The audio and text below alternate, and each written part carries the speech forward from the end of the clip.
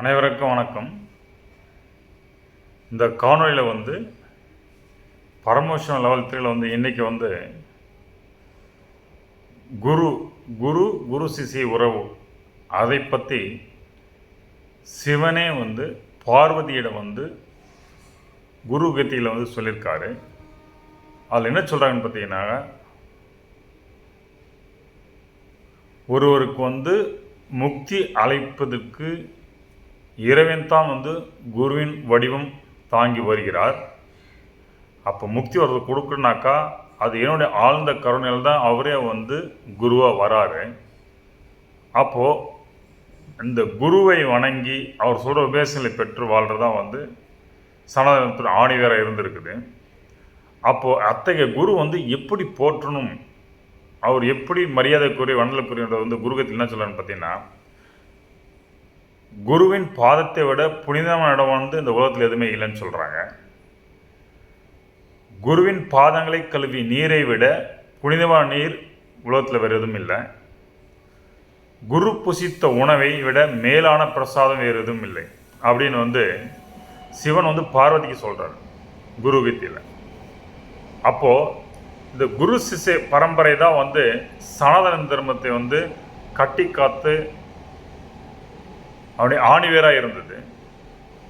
அதனால் தான் யாரெல்லாகட்டும், ஆங்கிலேயர்களாகட்டும், அதுக்கு முன்னாடி பல பேராகட்டும், நமக்கு இந்த குரு சிஷ்ய உறவை இல்லாமல் அழிச்சிட்டாங்க. குருகுலம் போச்சு, அப்போ குரு சிஷ்ய உறவு போச்சு, எதுவுமே இல்லை. அப்போது குரு மூலம் வர அந்த வாய் வழியாக வந்த கருத்து பரிமாற்றம், உணர்வு பரிமாற்றம் எல்லாமே காணல் போனதில் நமக்கு சரியான கல்வி முறை அமையலை. அப்போது இந்த குரு சிஷ்ய உறவுமுறை ஆல்மோஸ்ட் இப்போ காணாமல் போயிடுச்சு, இல்லை சீரழிச்சிட்டாங்க. அப்போது இந்த குரு சிஷ்ய முறை வளர்கிறதுக்கு ஏதாவது வழி செய்கிறான்னு பார்த்தா அதுவும் இல்லை, இப்பவும் இல்லை. நம்ம கிட்டத்தட்ட ஆங்கிலேயர் வந்த பிறகு கூட ஜஸ்ட் ஒரு 200 வருடங்களுக்கு முன்பு கூட 2 லட்சத்துக்கும் அதிகமாக குருகுலங்கள் இருந்தால் சொல்கிறாங்க. அப்போது இந்த மாடர்ன் எஜுகேஷன் வந்த பிறகு இந்த குருகுலம் இல்லாமல் போயிடுச்சு. இது ஒரு சில விஷயங்கள் எனக்கு ஏற்கனவே சாமி சொன்ன விஷயங்கள் நான் சேர்த்து சொல்கிறேன். குரு கத்தி பட்டமாக சாமி சொன்ன சொல்கிறேன். அப்போது இந்த குரு சிஷ்ய உறவில் என்ன சொன்னாங்கன்னாக்கா, குரு சரியாப்பாத, கிரியாப்பாத, ஞானப்பாத, யோகப்பாத, இந்த 4 மார்க்கங்களை உயிர்ப்புடன் நமக்குள்ளே வச்ச ஒரு குரு தான். சரியாப்பாதையில் குருவால் உயிர்ப்புடன் வைக்கப்பட்டு அந்த லைஃப் ஸ்டைல் ப்ராக்டிஸ் எல்லாம் நடைமுறையிலேயே சொல்லி கொடுத்துருந்தாங்க. கிரியாப்பாதை இந்த பூஜை புனஸ்காரம் எல்லா உயிர்களையும் கடவுளை நம்ம தொடர்பு கொள்ள வேண்டிய அந்த ரிச்சுவல் ப்ராக்டிஸ் மூலம் உயிர்ப்புடன் வச்சுருந்தார். யோகா, இந்த பல தேக பயிற்சி முறையில் குரு தான் நமக்கு வழிகாட்டியாக இருந்து அதை பயிற்றுவிக்கிறார். அப்போது குருடைய வழிகாட்டு இல்லாமல் யோகா பயின்றால் அது பெரிய பலன் தராது, கரெக்டாகவும் இருக்காது. எல்லா காஸ்மிக் சயின்ஸ், இந்த உலகம் எப்படி உருவாச்சு, பிரபஞ்சம் எப்படி, இந்த மாதிரி பல விஷயங்கள் குருவின் மூலியமாக சிஷ்யனுக்கு வாய் வழியாக ஒலிகள் மூலமாக அதை நமக்கு சொல்லப்பட்டது. இப்போ இது வரைக்கும் வந்த விஷயங்கள் சாமி சொன்ன விஷயங்கள் நான் உங்களுக்கு சொல்லியிருக்கேன். இப்போ இந்த விஷயத்தை பார்க்கும்போது கேட்கும்போது எனக்குள்ள ஒரு சில கிளிக்கெல்லாம் நடந்தது, ஒரு சில விஷயங்களை டவுன்லோட் ஆன மாதிரி இருந்தது. அது உங்களுக்கு இப்போ பேச போகிறேன். இப்போ பார்த்தீங்கன்னா, ஆதியில் இறைவன் பலவாக எண்ணி அவருடைய பலவாக உருவாகிறது எண்ணி தான் நம்மளை இறைவன் உருவாக்கி இருக்காரு. ஸோ நம்ம இறைவன்லேருந்து வந்தவங்க. ஸோ அப்போ இறைவனுடைய உணர்வு அப்படி நம்ம நினச்சா போதும், இறைவன் அப்படி உணர முடியும், இறைவனில் கரைய முடியும். அது மாதிரிலேருந்து ஆதியில் இருந்தோம். ஆனால் காலம் செல்ல செல்ல உணவு உட்கொண்டு உணர்வை இழந்ததனால் அந்த உணர்வு ஏற்பட்ட அந்த கரையினால் நமக்கு உணர்வின் மூலம் இறைவனை இல்லை உணர்வின் மூலம் ஒருத்தர் புரிஞ்சிக்கிறது, என்றதை வந்து தெரிஞ்சுக்கிறது வந்து நம்ம அந்த தன்மையிலிருந்து விலகி வந்துட்டோம். அப்போது உணவு உண்பதனால் ஏற்பட்ட குணங்கள் மூலம் இயங்க ஆரம்பித்து அந்த குணங்கள் வந்து நமக்கு வந்து பல விஷயங்கள் செஞ்சுது. அப்போது ஒன்றை இழந்தனால வந்து இந்த உயிரில் தவிக்குதே அப்படின்போது தான் சிவன் அகையன் வந்து நமக்குள்ள ஆழ்ந்த கருணையால் வந்து மொழின்னு ஒன்றை வந்து அவர் உடுக்கையில் வந்து ஒழித்த ஓசையில் தான் வந்து மொழி உருவாயிற்று. அது வந்து ஒரு சைடில் இருந்து ஃபஸ்ட்டு ஒளி பட்டவொடனே அதிலிருந்து தமிழ் வார்த்தைகள் உருவாயிடுச்சு. ரெண்டாவது சைடில் வந்து அந்த உடுக்கை படும்போது சான்ஸ்கிரிட் உருவாகிறது. தமிழை வந்து அகத்தியர் வந்து இலக்கணம் வடிவி வைத்து மொழியை உருவாக்கினா அது கொஞ்சம் டைம் எடுத்துக்கிச்சு. அதே பாணி வந்து சான்ஸ்கிரிட்டை வந்து அந்த ஒளியினுடைய வர அப்படியே வந்து மொழியை உருவாக்கினார். அதனால் பிறப்பால் முதல் தமிழ் இருந்தாலும் வந்து இலக்கிய வடிவில் எழுத்தால் வந்து ரெண்டாவது தான் தமிழ் இருக்குது. ஸோ இந்த காரணத்தால் அப்போ இந்த மொழின்றது வந்து நம்ம என்ன சொல்கிறோமோ அதை மற்றவங்களுக்கு உணர்த்துவதற்கும் கம்யூனிகேட் பண்ணுறதுக்கு தான் மொழி உருவாக்குனாங்க. அப்போது இந்த சப்தத்தை வந்து மொழியாக உருவாகி மொழியினால் வந்து வார்த்தைகளுக்கு வந்து ஒரு அர்த்தம் கொடுத்து அந்த அர்த்தத்தை வந்து நாம் புரிந்து அதற்கேற்ப நாம் உள்ளுக்குள்ளே என்ன நினைக்கிறோமோ உணர்கிறோமோ அது வந்து உணர்வில் போய் செயல்பட ஆரம்பிச்சிச்சு. அப்போது இந்த உணர்வை வந்து ஒளிதான் வந்து தொடர்பு கொள்கிறது. அப்போது அந்த ஒளி இந்த உணர்வுடன் எப்படி தொடர்பு கொள்கிறது, எந்த முறையில் வந்து கட்டமைக்கப்பட்டிருக்குது நம்ம உடம்புக்குள்ள தான் நம்மளோட டிஎன்ஏ. ஓகேங்களா? அப்போது இந்த டிஎன்ஏ வந்துடுச்சு, ஒளி வந்துடுச்சு. ஓகே, இதில் வந்து அப்போ அந்த ஆதி காலத்தில் வந்து எதுவும் எழுதி வைக்கல.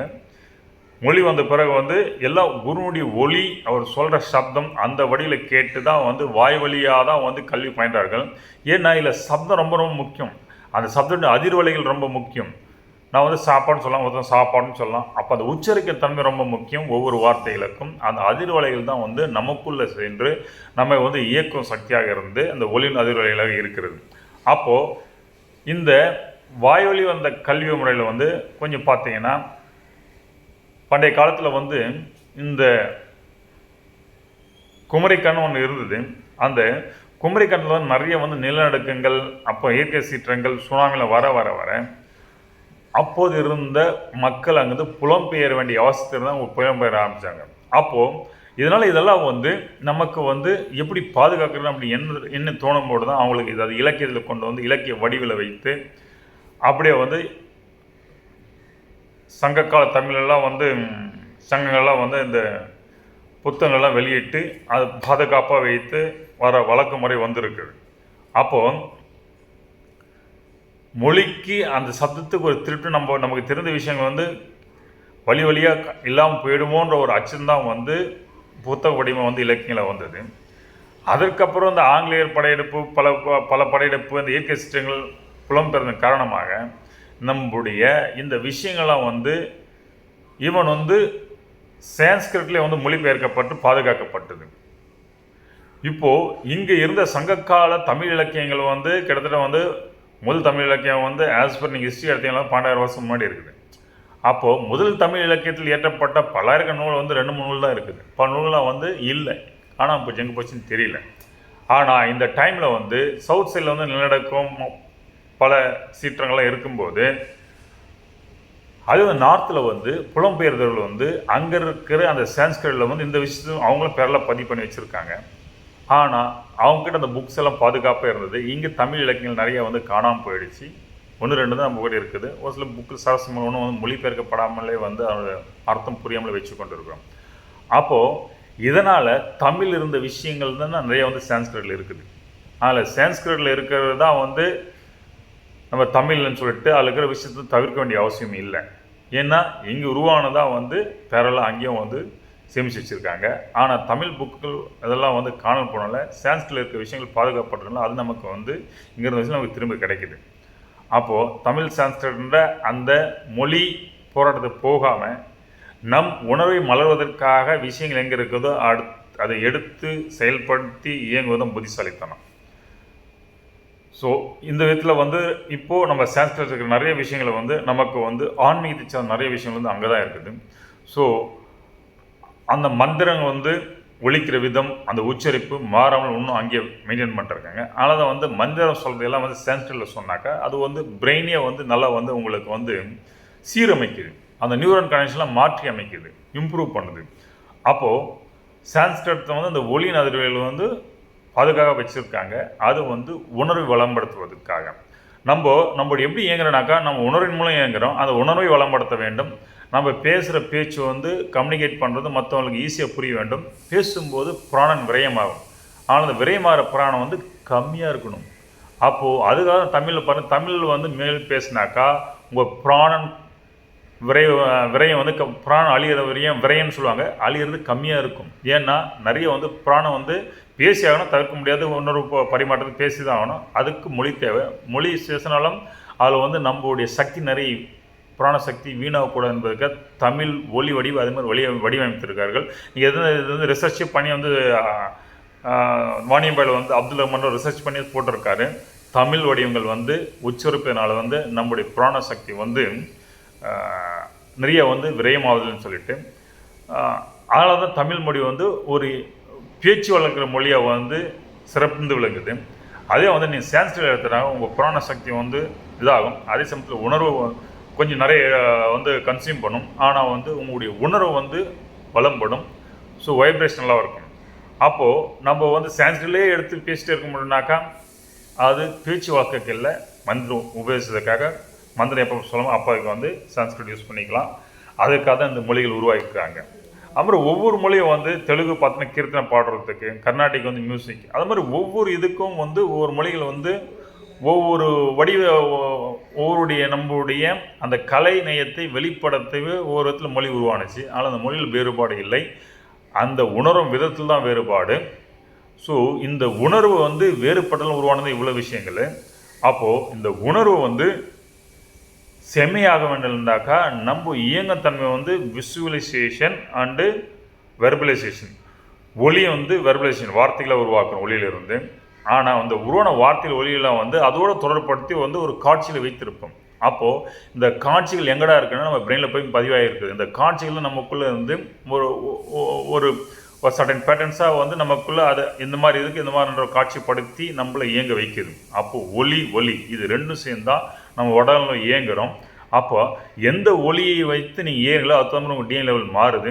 அப்போ அது தகுந்த ஒரு காட்சிப்படுத்தல் விதமும் மாறுது. அப்போ விசுவலைசேஷன் வெர்பலைசேஷன் இது ரெண்டும் கொண்டு தான் நம்ம அந்த பாடி இயக்கம் பெறுது. அது வந்து மாதிரி சக்கராவும் வந்து ஃபங்க்ஷன் ஆகுது. அப்போது இந்த உணர்வு நல்லா வளம்புறோன்னா விசுவலைசேஷன் வெர்பலைசேஷன் வந்து கரெக்டாக இருக்கணும். விசுவல் வெர்பலைசேஷன் ரொம்ப செம்மையாயிடுச்சுனாக்கா அது பாருங்கள் ரொம்ப உணர்ந்து பேச மாட்டாங்க, எதுவும் பண்ண மாட்டாங்க. அவங்களுக்கு விசுவலைசேஷன் தேவையில்லை, வெர்பலைசேஷன் தேவையில்லை. உணர்வை வந்து அப்படியே வந்து ஒன்னஸ்லேருந்து எல்லா பீயிங் பார்ப்பாங்க. அப்போ அவங்களுக்கு வந்து லேங்குவேஜோ இந்த விசுவலைசேஷன் வெர்பலைசேஷன் தேவையில்லை. அவங்க வந்து தன் உணர்வை வந்து மற்றவருடைய உயிர் உணர்வை வந்து ஒன்றுபடுத்தி அதில் என்ன இருக்குது எல்லாம் வந்து அப்படியே பார்த்து தெரியும், உணர்வுகளுக்கு தெரியும். அந்த ஒன்னஸ் ஸ்பேஸு. அப்போ ஒன்னஸ் ஸ்பேஸில் நம்ம இயங்க தவறனால தான் மொழின்னு ஒன்று வந்தது, ஒளி வைத்து அதுக்கப்புறம் காட்சிப்படுத்தல் வந்தது. இந்த ஒளி வைத்து தான் இப்போ இயங்கத்தன்மையில் வந்து நம்ம உடல் வந்து செட் ஆகிடுச்சு. நம்ம இந்த ஒளி இதில் வந்து எப்படி இயங்குகிறோம், அப்போ அந்த ஒளியை சரி செய்வதன் மூலம் நமக்குள்ள பல பிரச்சனை எப்படி சரி செய்யன்றதை ஒரு காணொலியில் பார்க்கலாம். ஸோ இதை எனக்கு கிளிக்காக கொடுத்துரு. இது மாதிரி விஷயங்கள் வர கிளிக்கெலாம் தொடர்ந்து பேசலாம். நித்யானந்தம்.